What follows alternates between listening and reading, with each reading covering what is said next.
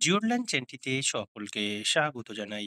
প্রিয় বন্ধু ও শিক্ষার্থী, আজ 18ই ফেব্রুয়ারি 2025 আলিমের শিক্ষার্থীদের ভূগোল বিষয়ের পরীক্ষা নেওয়া হয়েছে।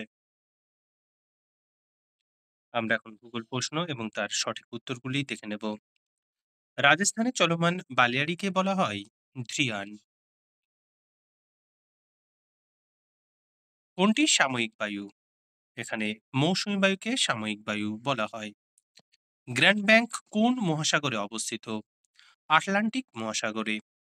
ভরাটকরণ কোন জাতীয় বর্জ্যের ব্যবস্থাপনা?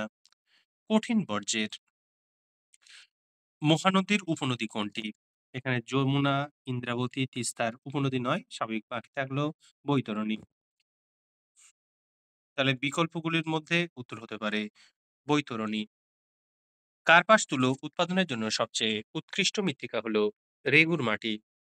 ভারতের বিরল জনঘনত্বযুক্ত রাজ্য কোনটি? সিকিম। মিলিয়ন সিটের স্কেল হলো 1:10 লক্ষ। এরপরেই সত্য মিথ্যা নির্ণয়। পার্বত্য অঞ্চলে নদীর প্রধান কাজ সঞ্চয় করা। মিথ্যা। ভারতে মৌসুমী জলবায়ুর দেশ নয়। মিথ্যা। ভারতের সর্বোচ্চ শৃঙ্গ কাঞ্চনজঙ্ঘা। ভারতের সর্বোচ্চ শৃঙ্গ কেটু, সুতরাং কাঞ্চনজঙ্ঘা নয়, এটিও মিথ্যা। উপযুক্ত শব্দ বসিয়ে শূন্যস্থান পূরণ করো। অরোরা বেরিওলিস দেখা যায় ড্যাশ স্তরে? থার্মোস্ফিয়ার বা আয়নোস্ফিয়ার। সমুদ্র স্রোত সৃষ্টির প্রধান কারণ হলো নিয়ত বায়ু প্রবাহ। শাল একটি ড্যাশ উদ্ভিদ? ক্রান্তীয় আর্দ্র পর্ণমোচী উদ্ভিদ। শতদ্রু সিন্ধুর উপনদী। দোআঁশ মাটি। চা। একটি বাক্যে উত্তর দাও।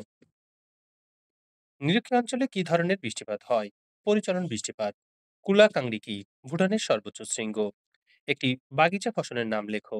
চা, কফি, রবার প্রভৃতি। ইনস্যাট পুরো কথাটি কি? Indian national satellite system. এরপরে 2 নম্বরে প্রশ্ন দেওয়া হয়েছে শিশির কি, অ্যানাবেটিক বায়ু কি, গ্যাসীয় বর্জ্য কি, বর্জ্য ব্যবস্থাপনা কি, পশ্চিমী ঝঞ্ঝা কি, ভারতের রুড় কি, জিও স্টেশনারি উপগ্রহ কি, উপগ্রহ চিত্র কি?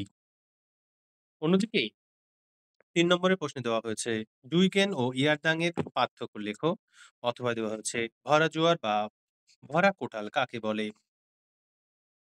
এরপর আছে পাঞ্জাব হরিয়ানায় কৃষি উন্নতির কারণগুলি আলোচনা করো, অথবা ম্যানগ্রোভ উদ্ভিদের বৈশিষ্ট্য আলোচনা করো।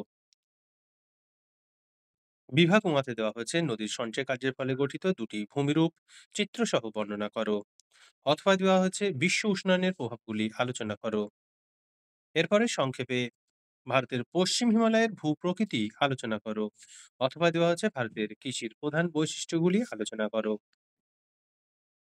আজকের আলোচনা এখানেই শেষ করছি। সঙ্গে থাকার জন্য অসংখ্য ধন্যবাদ।